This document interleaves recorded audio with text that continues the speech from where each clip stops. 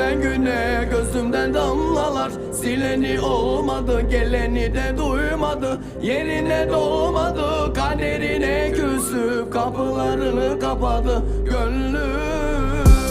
Vaktim yok, arafta kaldım ben, İçimde öfkeyle, elimde kelepçeyle.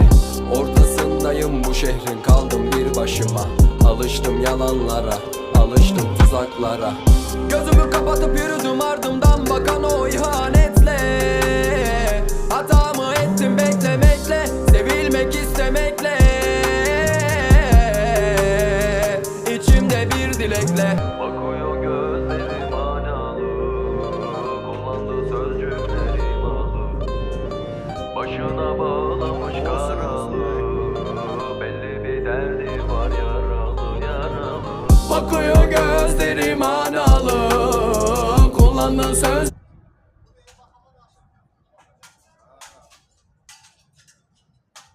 Baxmıram ki, telefon baxır.